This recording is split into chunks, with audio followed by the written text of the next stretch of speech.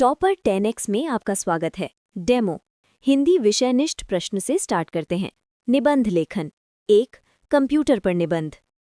Computer का आविष्कार किसी एक व्यक्ति द्वारा नहीं किया गया। आधुनिक कंप्यूटर के विकास में कई वैज्ञानिकों का योगदान रहा। चार्ल्स बैबेज को कंप्यूटर का पिता माना जाता है, जिन्होंने 19वीं शताब्दी में एनालिटिकल इंजन का निर्माण किया। एलन ट्यूरिंग और जॉन वॉन न्यूमन ने आधुनिक कंप्यूटर सिद्धांत और आर्किटेक्चर को विकसित किया।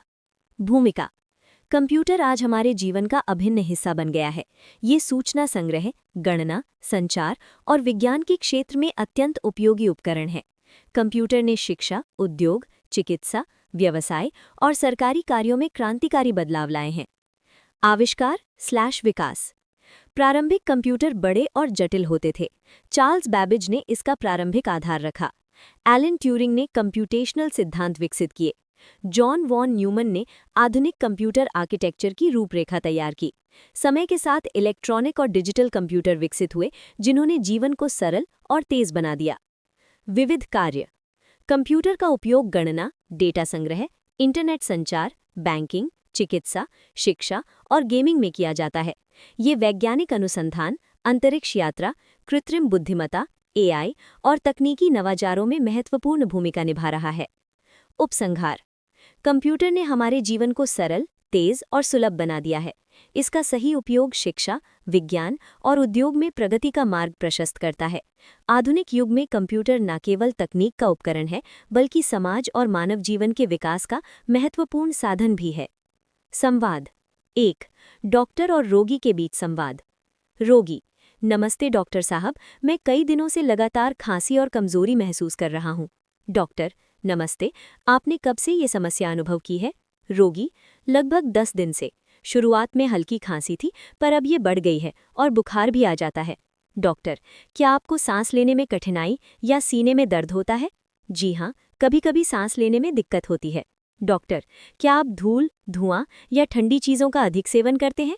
जी, मैं रोज़ ठंडा पानी पी लेता हूँ और रात को देर तक जागता भी हूँ।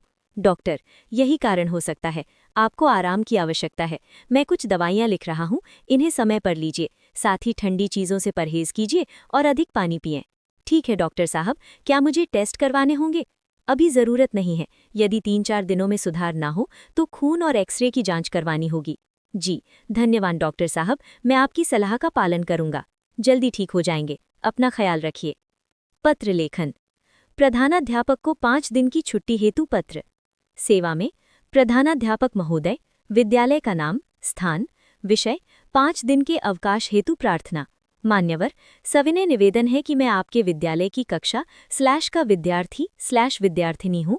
मुझे बीमारी या पारिवारिक कारणवश 5 दिन के लिए विद्यालय से अनुपस्थित रहना पड़ेगा।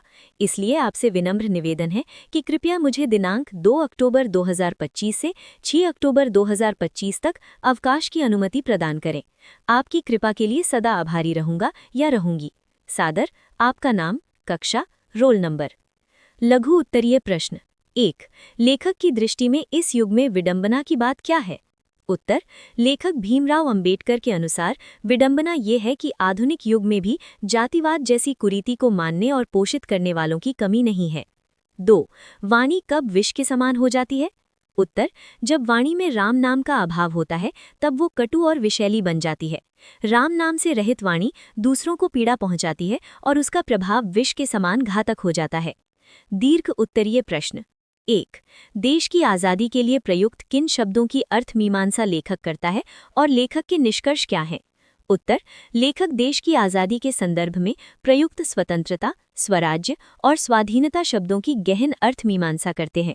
वे देखते हैं कि इन सभी शब्दों में स्व का बंधन मौजूद है, यानी ये भारतीय परंपरा और मानसिकता का प्रतिबिंब है, जबकि अंग्रेजी शब्द इंडिपेंडेंस का अर्थ है केवल अनधीनता।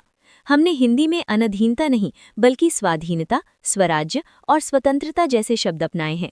स्वाधीनता का अर्थ होता है अपने ही ऊपर आत्मनियंत्रण रखना। लेखक बताते हैं कि ये शब्द भारतीय संस्कृति और दीर्घकालिक संस्कारों से उत्पन्न हुए हैं और ये दर्शाते हैं कि भारत अपनी स्वतंत्रता को स्वयं की जिम्मेदारी और आत्मनियंत्रण के साथ समझता है। उनका निष्कर्ष है कि स्वतंत्रता, स्वाधीनता और स्वराज्य केवल राजनीतिक आज़ादी के प्रतीक नहीं, बल्कि भारतीय चिंतन परंपरा और आत्म साक्षात्कार की सांस्कृतिक अभिव्यक्ति हैं। 2. निम्नलिखित पद्यांश की सप्रसंग व्याख्या कीजिए कि घर को बचाना है लुटेरों से, शहर को बचाना है नादिरों से, देश को बचाना है देश के दुश्मनों से, बचाना है नदियों को नाला हो जाने से, हवा को धुआं हो जाने से, खाने को जहर हो जाने से, बचाना है जंगल को मरुस्थल हो जाने से, बचाना है मनुष्य को जंगल हो जाने से। उत्तर: प्रस्तुत पंक्तियां एक वृक्ष की हत्या नामक काव्य से ली गई हैं, जिसके रचनाकार आधुनिक हिंदी साहित्य के प्रख्यात कवि कुंवर नारायण हैं। ये कविता मनुष्य, प्रकृति और संस्कृति के गहरे रिश्ते पर प्रकाश डालती है। कवि इन पंक्तियों में चेतावनी देते हैं कि हमें अपने घर, शहर और देश को विनाशकारी शक्तियों से बचाना होगा। घर केवल दीवारों का ढांचा नहीं है, ये हमारी संस्कृति का प्रतीक है, जिसे बाहरी आक्रमण और भीतर की बुराइयों से सुरक्षित रखना होगा। शहर हमारी सभ्यता और प्रगति का द्योतक है, जिसे शोषण और अनैतिक प्रवृत्तियों से बचाना होगा।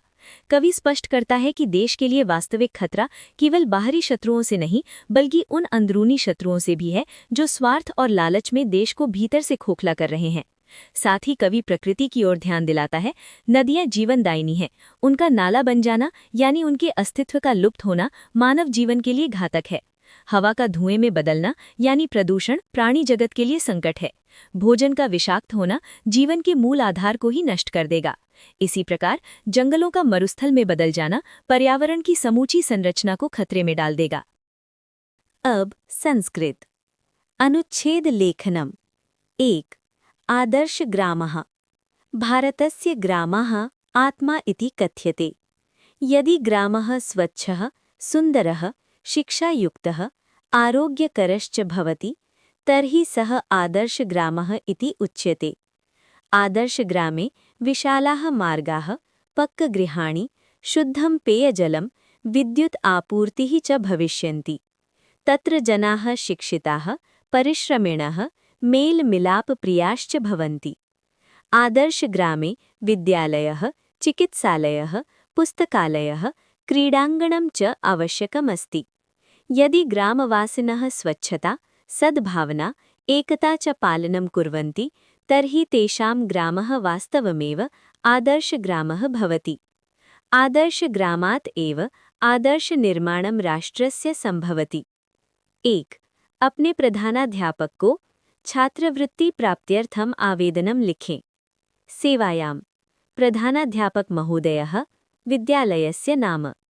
विषयः छात्रवृत्ति प्राप्त्यर्थम् आवेदनम्।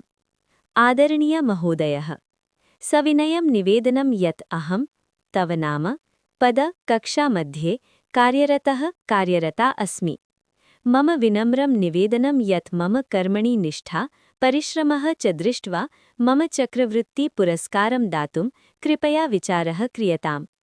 अहं शैक्षणिककृत्येषु तथा प्रशासनिककर्मसु यथासम्भव प्रयत्नशीला अस्मि। अतः सादरं निवेद्यते यत् मम आवेदनं स्वीकार्य चक्रवृत्तिपुरस्कारं प्रदत्तुं कृपया करिष्यत। भवताम् आज्ञाकारी। तव नाम, पद, कक्षा, दिनांकः।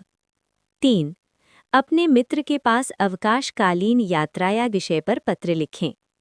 प्रिय मित्र, मित्रस्य नाम, सप्रेम नमः।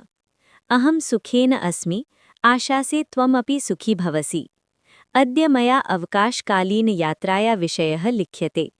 अस्मिन् अवसरे अहं मम मातुलगृहं गत्वा पर्वतप्रदेशं दृष्टवान्।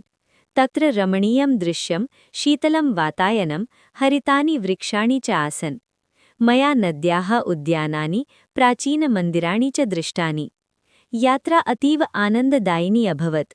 मम हृदये अद्यापि तस्य यात्राया स्मृतयः सन्ति। शीघ्र मम पत्रं पठित्वा त्वमपि स्वस्य अवकाशकालीन अनुभवं लिखित्वा प्रेषय। तव प्रिय मित्रः। तव नाम, दिनांकः डैश। लघु उत्तरीय प्रश्न। 1. धार्मिक दृष्टि से लेखक पटना को कैसे देखते हैं? उत्तर: लेखक के अनुसार पटना प्राचीन समय से ही धार्मिक नगर रहा है। आज भी यहाँ देवी पटन देवी की पूजा होती है। सिखों के लिए प्रसिद्ध गुरुद्वारा यहीं स्थित है। प्राचीन काल में यहाँ के लोग आनंदपूर्वक कौमुदी महोत्सव मनाते थे, जो आज के दुर्गा पूजा के समान था। 2. संस्कार कितने हैं और विवाह संस्कार का महत्व क्या है? उत्तर: भारतीय संस्कार कुल 16 हैं और इन्हें मुख्यतः 5 प्रकारों में बांटा गया है। विवाह संस्कार मनुष्य को गृहस्थ जीवन में प्रवेश कराने वाला महत्वपूर्ण संस्कार है। इस पवित्र संस्कार में विवाह मंडप में वरदान, मंडप निर्माण, वर पक्ष का स्वागत, वर वधू का निरीक्षण, कन्यादान, अग्नि स्थापन और सिंदूर दान जैसे अनेक कर्मकांड होते हैं। निम्नलिखित श्लोकों का अर्थ हिंदी में लिखें। 1.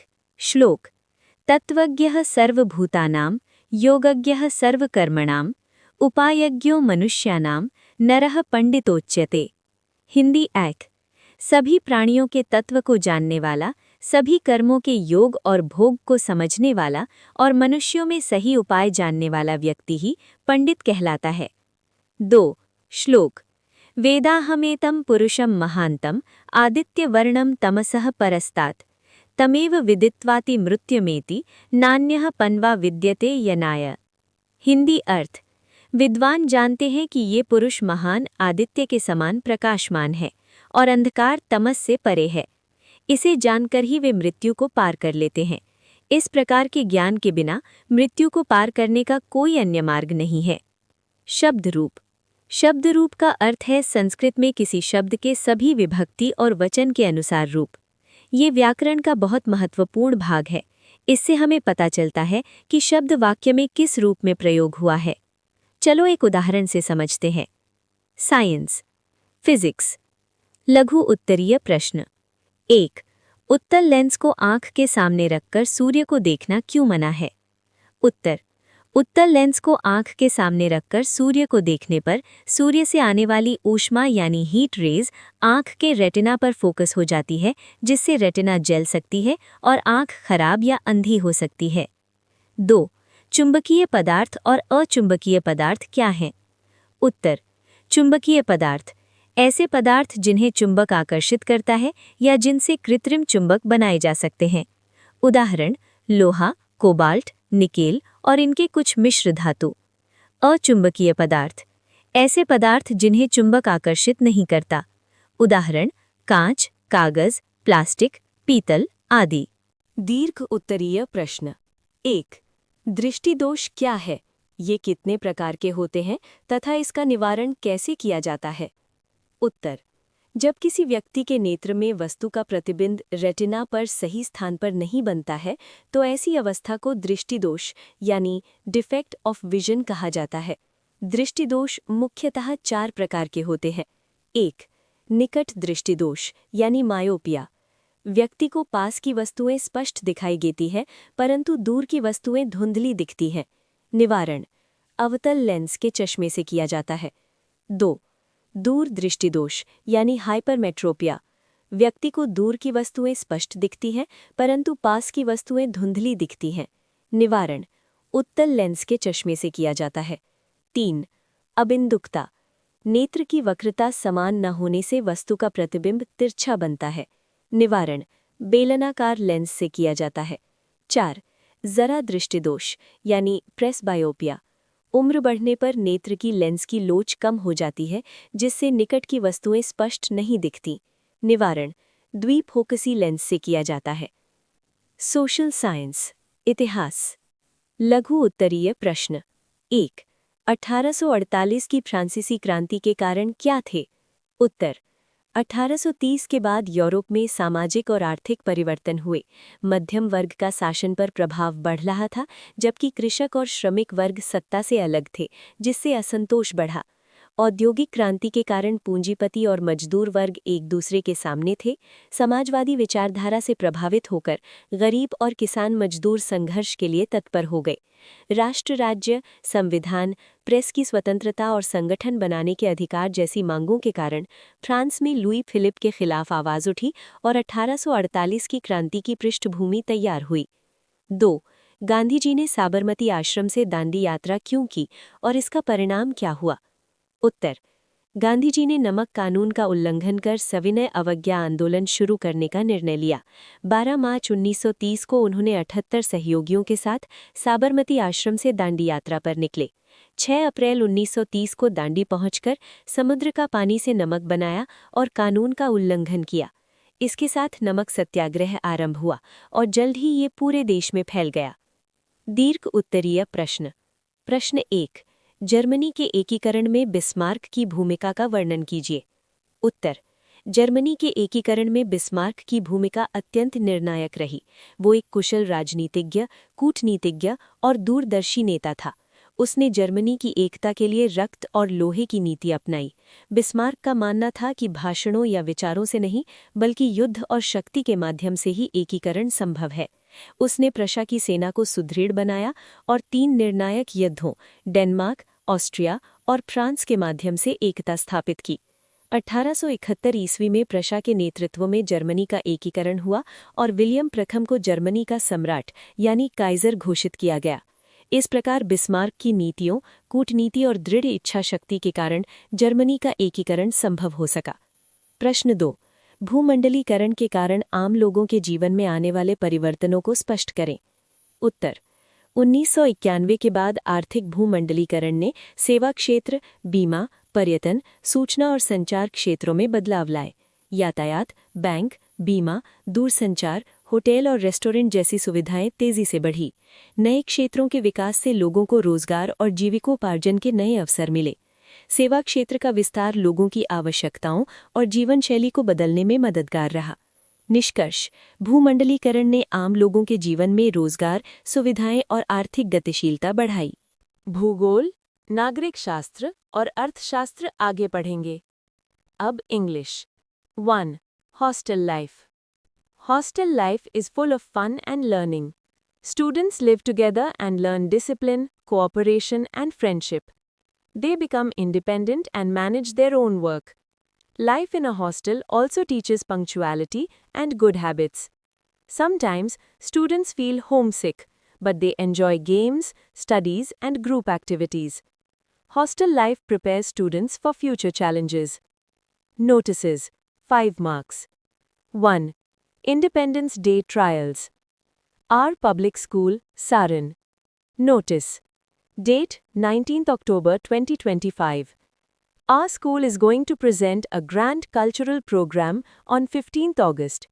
All talented students are invited to appear for trials in dance, song, speech, and drama. The trial will be held on 2nd August in the school auditorium. Interested students should give their names to the undersigned by 30th July. Rohit Kumar, Secretary, Cultural Club. Report writing. 5 marks. The preservation of the cultural heritage of Bihar. 2. The Director, Cultural Society, Patna. Date: 19th October 2025. Subject: Preservation of the cultural heritage of Bihar. Bihar has a rich and glorious past with its unique art, dance, music, and festivals. The people of Bihar have always been proud of their traditions. But nowadays, our cultural identity is slowly fading. The young generation is showing more interest in Western culture and is forgetting our traditional values. It is a matter of great concern. Schools and colleges should organize cultural programs, folk art exhibitions, and heritage awareness campaigns. If timely steps are taken, we can preserve and promote the glorious culture of Bihar. Vivek Sinha, Cultural Secretary, SP School, Patna. Informal letters. 1. Letter to your father about your good progress in studies. Hostel number 2, DAV School, Muzaffarpur. 19th October 2025. My dear father, I am quite well here and hope the same for you and mother. I am glad to inform you that I am doing well in my studies. I stood first in my class test last week. My teachers are very happy with my performance. I promise to keep working hard to score good marks in the final examination. यदि आप सभी 10th and 12th arts science के students चाहते हैं गांव या शहर या टॉपर के सारे रिकॉर्ड तोड़ना, तो आपके लिए अब आ गया है topper10x.com। ऑल सब्जेक्ट्स के सिंपल और सरल भाषा में 10th एग्जाम के हिंदी 100%, संस्कृत 100%, गणित 100%, science 100%, social science 100% and English भी 100%। 12th science and 12th arts के एग्जाम के लिए ऑल सब्जेक्ट्स 100%। टॉपर 10x आप सभी के टॉप एग्जाम रिजल्ट के लिए। थैंक यू, धन्यवाद।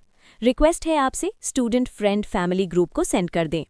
Pro section Q&A 2 marks। 1. The pace for living। 1. Write a few sentences about the elderly corn merchant। Answer. The elderly corn merchant lived in a small Irish town. He had many worries.